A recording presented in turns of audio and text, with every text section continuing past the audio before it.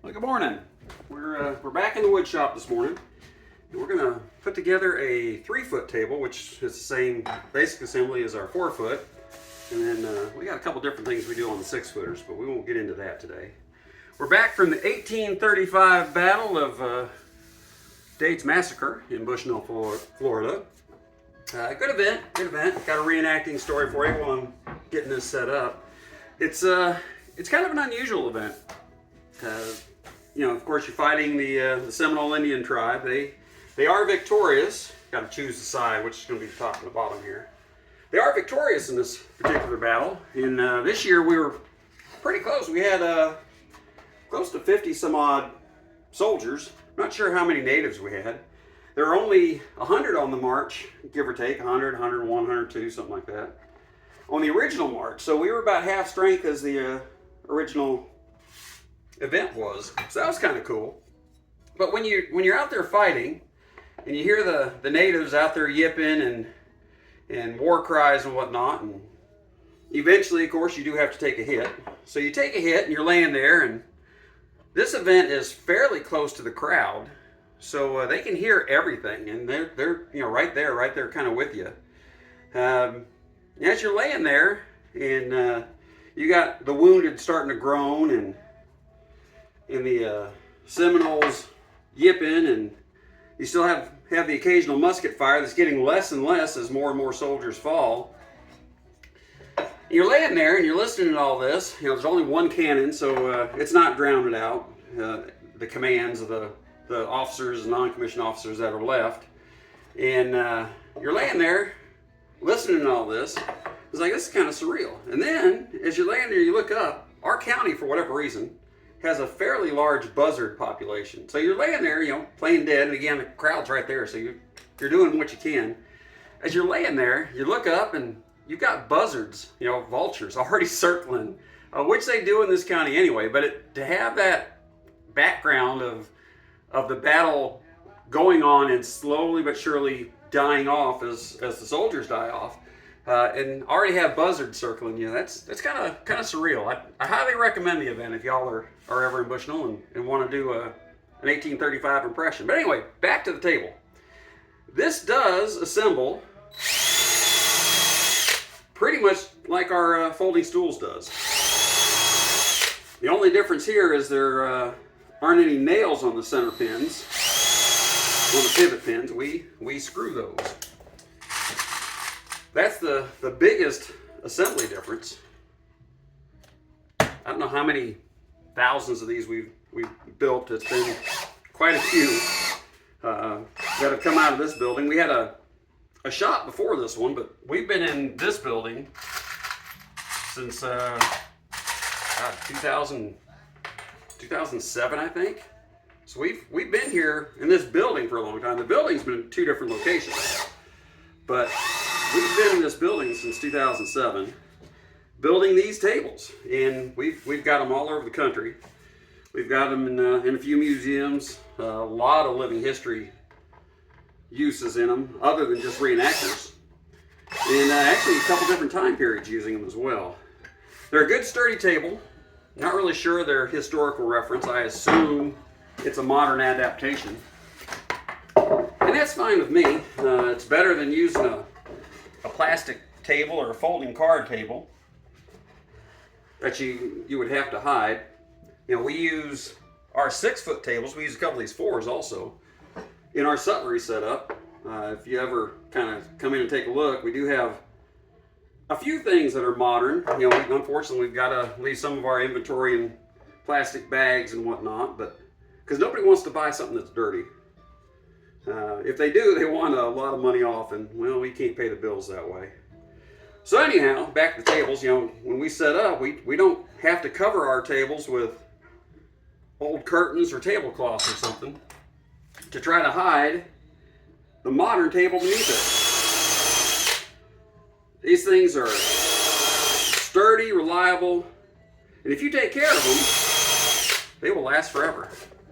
We've got one customer that we sold, I think it was 2 6-footers to 20 years ago or more, and she does pottery. So she wedges clay on hers, and they are still in the field. They definitely look well used. We saw her at an event a while back, and I noticed that she was wedging the clay on the table, that it had come up with a distinctive wobble. And I told her, you know, I can fix that for you. Here are the legs. And like I say, this is just like the folding stool. Same idea, it's just this one's 3 foot long and a little bit bigger material. And she said, no, you can't fix that. The sway is just right. It's right where it needs to be. So for her use, that little bit of a wiggle has really, I guess, helped her in wedging clay. So these go together like so. And it's really important. I think I said last time when I was building the stools, I put one together wrong and had to redo the video. You got to get the legs perfect at this point in time, because if they're not perfect, the table won't open. So you got to get the right orientation, basically, is what that boils down to. And again, we do build them tight, so that hopefully you won't ever have any problems with them. Let's see, I wonder if I can get these 2 pivot pins in without an adjuster. We'll do it with the adjuster.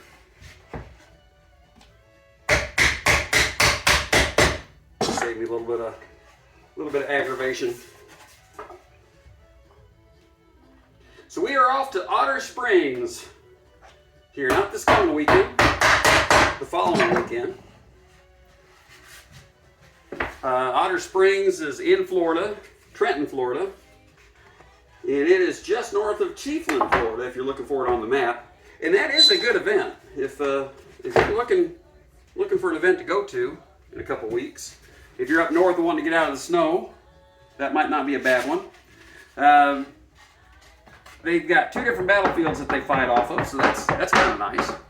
We're just wedging these table legs on here, on that pivot pin. Anyway, they've got the 2 different battlefields. Like I say, that makes a pretty nice feature. So you don't fight on the same field each day.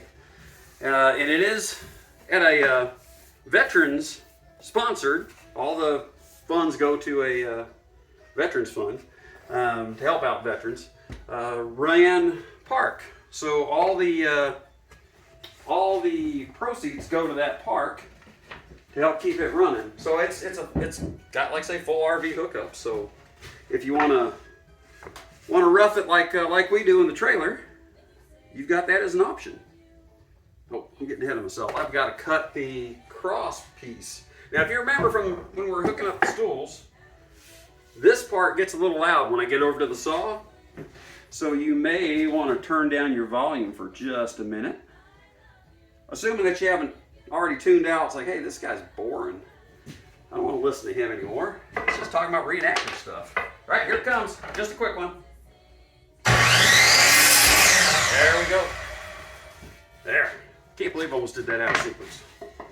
Then we wedge these on for the next piece. Ooh, that one's going to be tight. I mean, it might be too tight.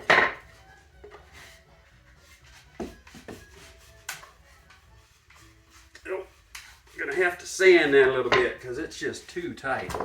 That'll probably split if I don't. The joys of production work. Sometimes the parts don't all fit. Again, you know, if you're thinking, well, this looks pretty easy and it goes together pretty quick, it does. The problem being cutting out all the parts. And then, like I say, if you get something like this where it's just a smidge too big, you know, it takes a little bit more time again. You gotta make the adjustment so it doesn't just crack on you when you put it together.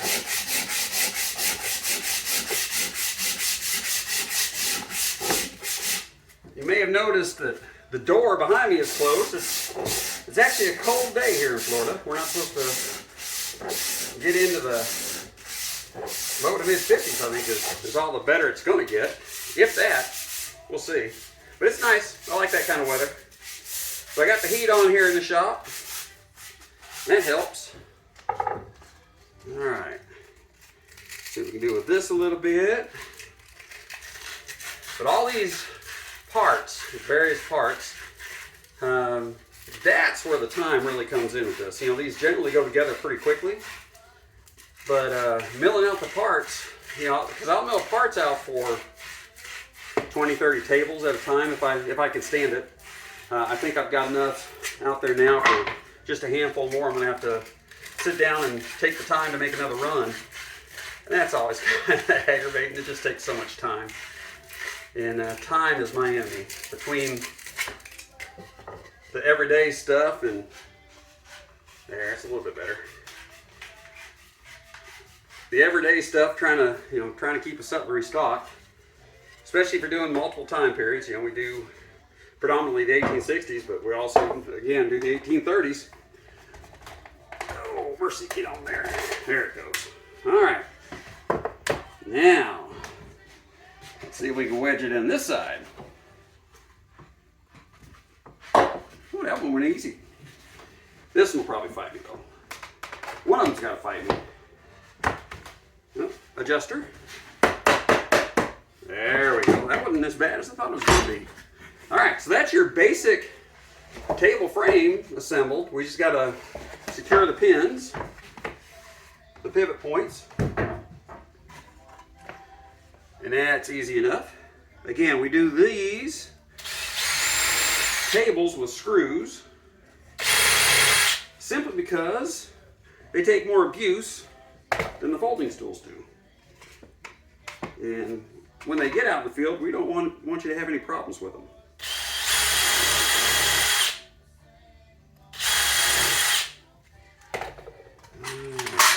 Sizes.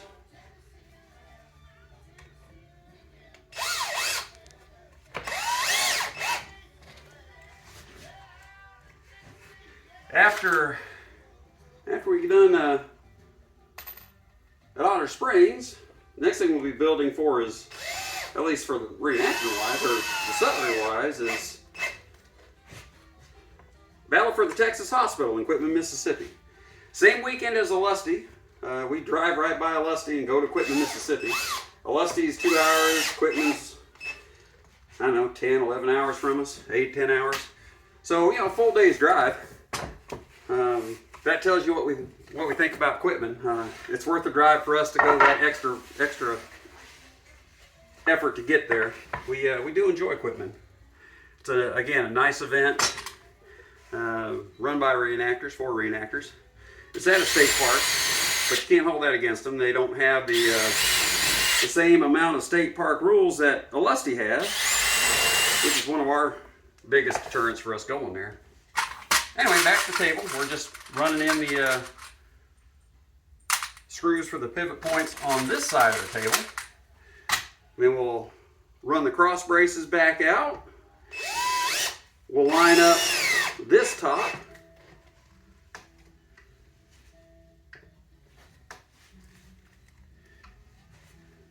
Yeah, almost. I'm one of those guys that likes all my screw heads lined up. And I brought it up in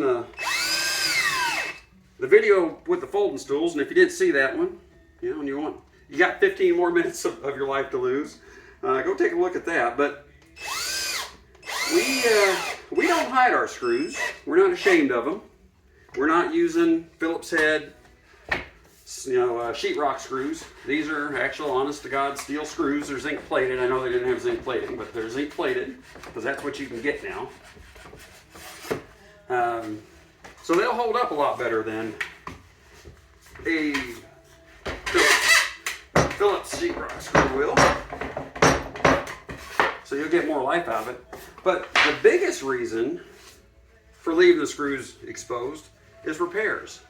Not that we generally get a lot of them, but we want to make sure that your table doesn't give you any trouble. Again, just kind of choosing the side, which one's going to be the top and which is going to go underneath. Some people like knots, some people don't. I kind of like that knot, so it's going on the top.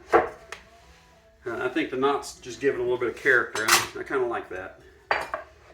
So if you want a knot-free table, you let me know. I'll try to find the pine, but It's hard. All our pine we truck from our place in Maine. We are out of Sumterville, Florida. That is home. We'll always be home, I do believe. But our wood comes from the state of Maine, where we also have a wood shop that we use when we're up there. And it's in an old 1867 Methodist church that we own.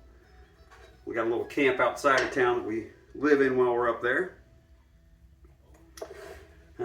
Nice place, nice little town. Good to get out of the heat here in Florida for a month or so.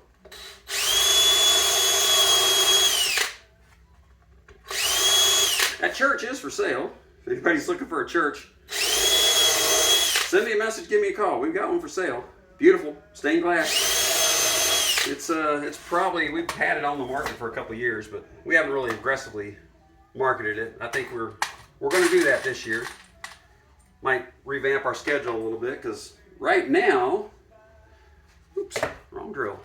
Right now we're, come, I think it's Pleasant Hill this year. We might have one more after that. I might be wrong. But basically, come April, we're off the road. We're done for the season. And you won't see us back under canvas until October at Fall Muster. Fall Muster is generally our first event in Biloxi, Mississippi for our season. But if we sell the church up in Maine, that might change it a little bit. We might stay out a little bit longer. We'll still have the little camp that we live in when we're up there. Just no shop, so we'll probably go up a little bit later in the season. We'll go up for the fall instead of the summer, and then we'll suffer down here for a while. It's what we do. We're like 3/4 of the way done with this already. And again, it's a pretty simple process. Just marking out the pilot holes for the drill, or for the drill and the screws to go in. And it's always the same basic layout, but sometimes you work it up a little bit different. Maybe try something new. It's wrong one. That's for the pivot pins.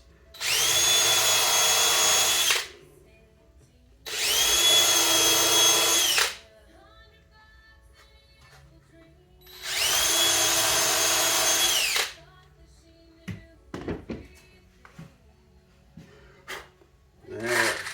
It's looking good. Looking good. So, back to Otter Springs, our next event. We will have a few tables for sale if anybody needs one. We're just assembling 5 today. We've got 3 3-footers, 2 4-footers. We already have 2 6-foot tables on board the trailer. We still got to change back from the little trailer to the big trailer. We took the small trailer to the Dave Massacre. That's a 20-footer. So we can't fit everything in there, and that's a different time period in the Civil War, so we don't necessarily want to fit everything in there. All right, so the top's on. I always forget about this part, the ever important part. Branding, got to say where it came from. Again, we do that for a couple reasons. One, we're not ashamed of what we build here in the shop. We do stand behind what we build, and like to know when I see it out there when it was built. Generally our stamps do have the year that the product was made on it. We always try to do it like this, under the top. We always try to hide those where they're not painfully visible, because that would kind of ruin the effect. All right. We'll come up, mark this one. Come over, mark this one. And we're just getting the dimensioning here. I got a little bit of splay on that leg over on that side, so I need to clamp it. Either that or it will not behave nicely in its lifetime. Sorry, out of the picture. I'm just putting on the C-clamp right now. Just enough to hold those legs together, so when I screw it together, hey, I'm back. So when I screw it together, those legs will be together for life, basically. There we go. So that's what I did on the other side too, just a quick C-clamp. All right. And this one goes on like so. And again, just like with the the folding stools, this cross piece actually is pretty critical. If you buy one of these and you're thinking, well, I'll just take that off, I don't really need that. Don't take that off. You really do need that. It is a very important part to this. And actually, before I do that, I'll just make sure we're halfway close to being square, so that's good. And then the other thing I always screw up when I'm trying to rush and get these done is I'll screw the brace into the wrong legs. And when you do that, well, now your brace is holding your legs closed. There's nothing more thrilling than spending hours putting these together. It's like, oh crap, now it won't work. I do generally sit these up. I think I'll have enough room to do it on top of the table here. I do set these up as soon as I get done putting them together, just to make sure they all do work correctly. And there's nothing wrong with them that needs to be touched up. All right. Now to this side.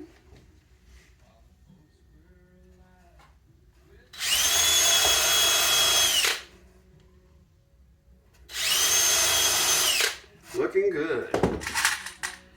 Almost there. One more brace to put on. And then that ever fateful moment to see if I screwed up or not. It does happen. More times than you might think. I do this every day between here and the leather works and the belt buckles, but brass side, the foundry. But man, I'll tell you, good days, bad days. I'm sure y'all have them too. Good days, bad days. Sometimes everything just goes perfect. Other days, like the old saying, some days you get chickens, some days you get feathers. Yeah, it's the same idea. Same idea, unfortunately. All right, marking the brace location for this one. And this will be the next brace. We'll put that down. Almost there. Probably less than 5 minutes, guys. If you're still here, thanks for hanging out. We appreciate it. We really want to see you under canvas. Come out and visit us at a site, but we do have a small number of our products available for instant gratification, click and ship. If you go to our website at tophatscutlery.com, you'll find some of these things. Unfortunately, tables you will not find. That is pretty much a on-site only issue. Not that we don't want to sell them online, not that we wouldn't love to ship you one, but every time we've ever checked, the table to ship it has cost about twice what the table itself cost. So that doesn't really work well, and everybody kind of looks at us cross-eyed when we do that. We give them the price for shipping. They think we're gouging, but next time you're worried about expensive shipping and you're clicking and shipping something from some of these big companies that have free shipping, well, that's why we can't ship tables, because somebody's got to pay for that free shipping, and that is the small businesses in this country, and that's us, the mom and pops. It's on our backs. We can't wine and dine the shipping companies because, well, we can barely wine and dine ourselves. All right, 2 screws. Take off the clamps. We'll set it up and see if it's done. Again, we really would like you to go to our website, tophatscutlery.com. Even if you don't buy anything, go over there and click it. We upgraded our site a couple months ago, and after we upgraded it, we went live with it, which is the same address that we had in the past. And basically, none of the websites take you to us anymore. We have vanished. So go click around at tophatscutlery.com for me, would you? It's easy. You're on the net already anyway. All right, so there's your table. Fold it up. It looks like that. Like that. It's 3 feet tall. I'm sorry, 3 feet long by, as it sits folded, about just shy of 3 feet tall too. So it's almost 3 feet by 3 feet when you think of it that way. And I say, I don't know if we're going to get this to unfold up here or not. It may fall. There may be some injuries, blood and tears, and well, there it is. Can't see much of it, but that's how it sits. And for those that are curious, 31 inches tall, and the top is about 22 inches. So that's our 3-foot folding table. I'm gonna come out from underneath this and come over and turn this off, but thanks. Hopefully we'll see you at Otter Springs here shortly. Be safe, everybody.